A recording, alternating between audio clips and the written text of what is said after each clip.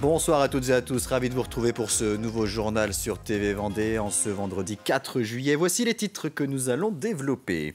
La fin de l'école marque pour certains le début d'une période chargée. Nous vous emmènerons dans les coulisses d'une entreprise de papeterie aux Herbiers qui triple ses effectifs pour répondre aux commandes de fournitures en vue de la prochaine rentrée.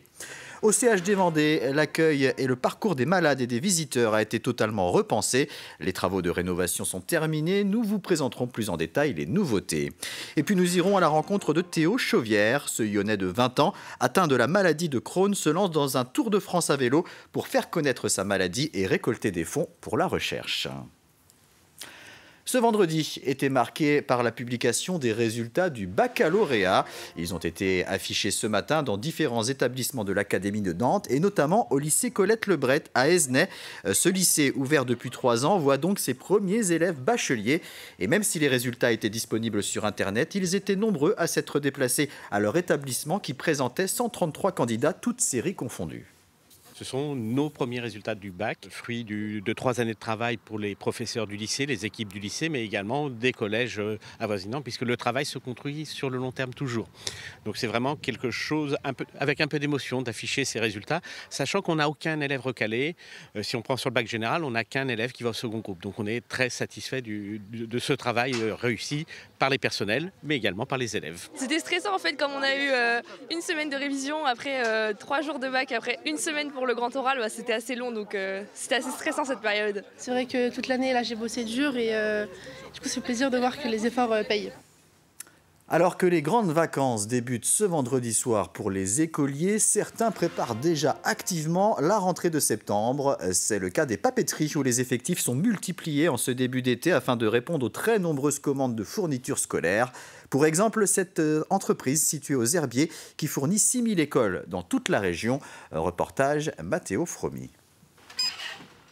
Depuis plus d'un mois, les employés de cette société de fourniture vendéenne sont à pied d'œuvre pour répondre à la très forte demande des écoles de la région. Cette année, l'entreprise a connu une augmentation de la clientèle. 6000 établissements scolaires passent commande. Là, ce sont les palettes que les saisonniers sont en train de préparer. Par exemple, là, on a une école de Nantes, c'est une classe.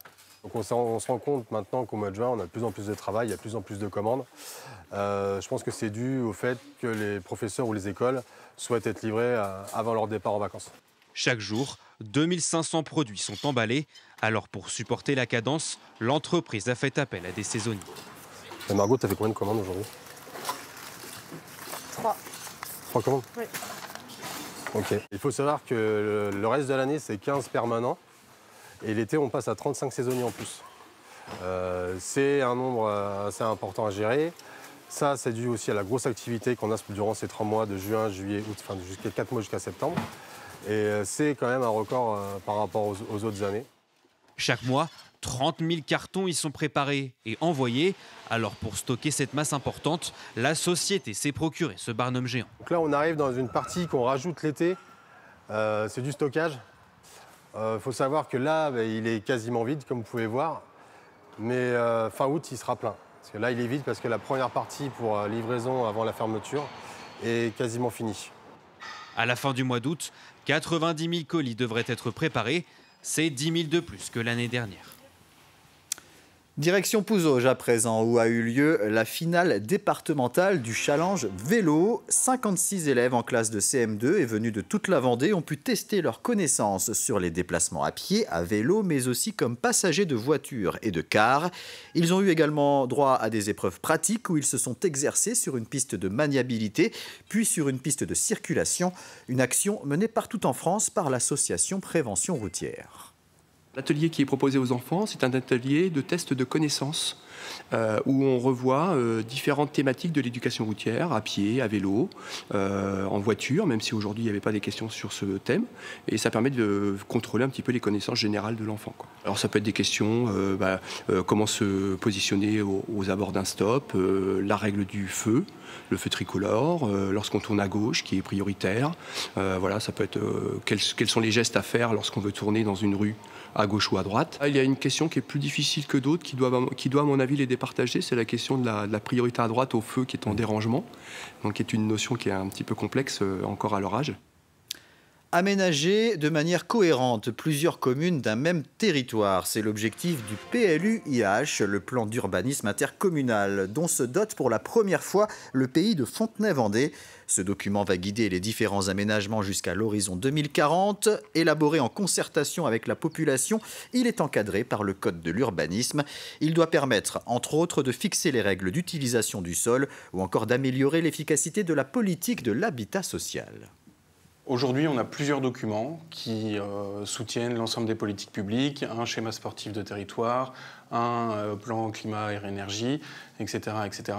L'idée, c'est de pouvoir les rassembler dans ce document d'urbanisme pour pouvoir décider et porter toutes ces politiques publiques dans les années à venir. Donc très concrètement, ça va se traduire par un règlement écrit et également par une cartographie des zones qui sont constructibles, des zones qui sont destinées à accueillir certains équipements structurants du territoire, les zones qui vont être protégées au titre de l'environnement ou des zones qui sont à vocation agricole. Du nouveau au centre hospitalier départemental de la Vendée à La Roche-sur-Yon, les travaux du hall d'accueil au rez-de-chaussée sont désormais terminés.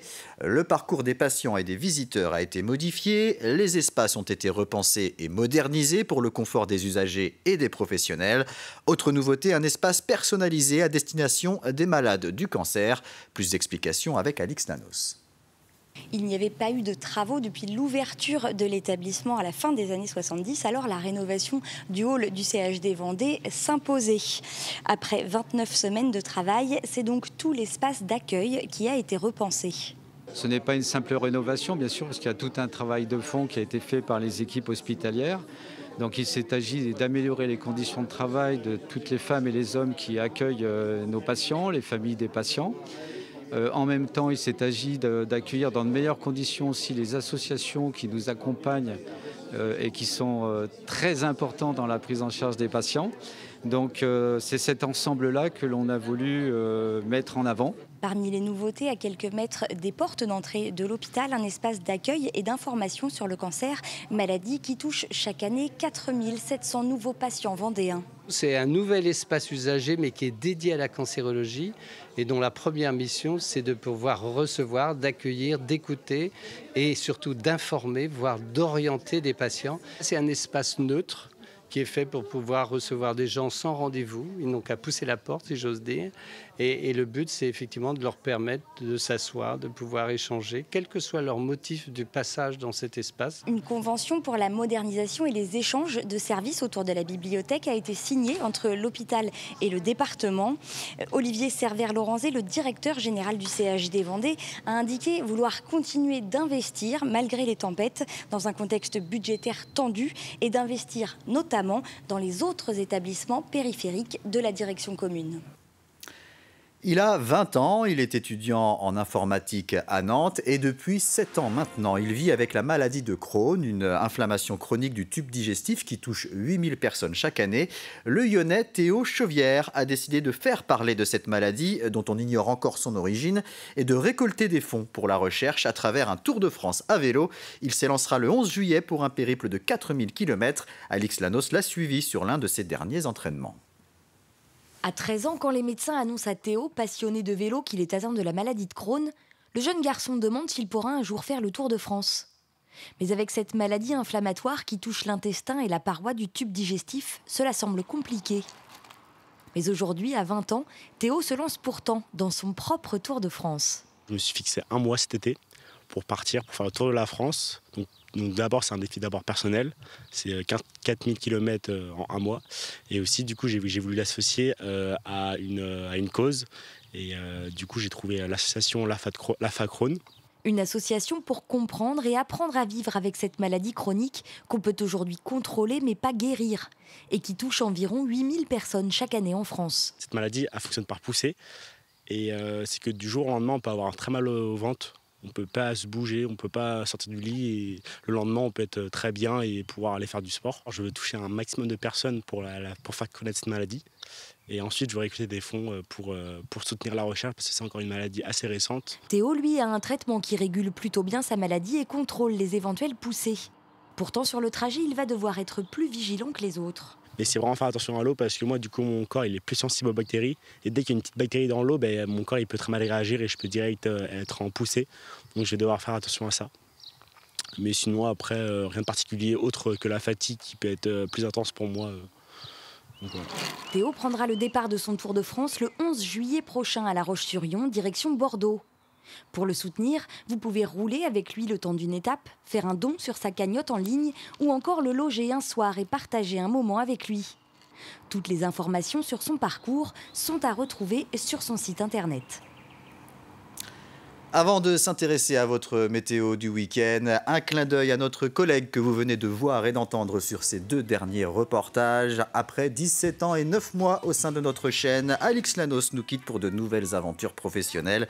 Depuis 2008, elle vous a fait découvrir les richesses et l'actualité de la Vendée à travers de nombreuses émissions et de nombreux reportages. Toute l'équipe de TV Vendée lui souhaite bon vent et plein de belles choses dans sa nouvelle vie. On termine donc comme promis avec un point sur la météo. Samedi, le soleil s'imposera encore largement. Il fera 16 à 18 degrés le matin, entre 25 et 32 degrés l'après-midi avec davantage de nuages. La pluie fera son retour dimanche matin et les températures repartiront à la baisse. C'est la fin de cette édition. Merci beaucoup de l'avoir suivi. Prochain rendez-vous avec l'actualité, ce sera dès ce samedi matin à 8h30 avec l'Hebdo pour redécouvrir l'essentiel de l'actualité de la semaine. Je vous souhaite à toutes et à tous une très bonne soirée et un excellent week-end.